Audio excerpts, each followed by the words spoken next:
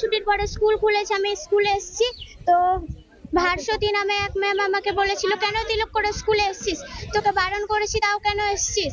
আমার বাবা মা বলেছিল তিলক করে আসতে, তাই আমি এসেছি। ম্যামকে বললাম যে কোন কারণে তিলক করে স্কুলে আসবো না, আর তিলক করে স্কুলে আসা যাবে না। ম্যামকে বলেছি এটা লিখিত করে সিগনেচার করে দিন। তো তখন ম্যাম সিগনেচার করে দিল না, আর বললো এটা কোনো কথা? অনেক রকম কথা বললো, আর ভয় আমার হাত পা কাঁপতে লেগেছে। তিলক করে আসতে বারণ করছে কেন?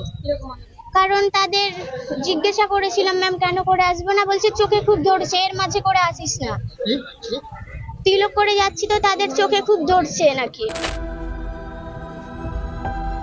কপালে তিলক চন্দন আর গলায় তুলসীর মালা, এই রকম অবস্থায় একজন ছাত্রী নিজের স্কুলে গিয়েছিল এবং স্কুলে যাওয়ার পর তার বিদ্যালয়ের একজন শিক্ষিকা, যার নাম ভাস্বতী, নামটি শুনে যতদূর সম্ভব মনে হচ্ছে উনি একজন হিন্দু পরিবার অর্থাৎ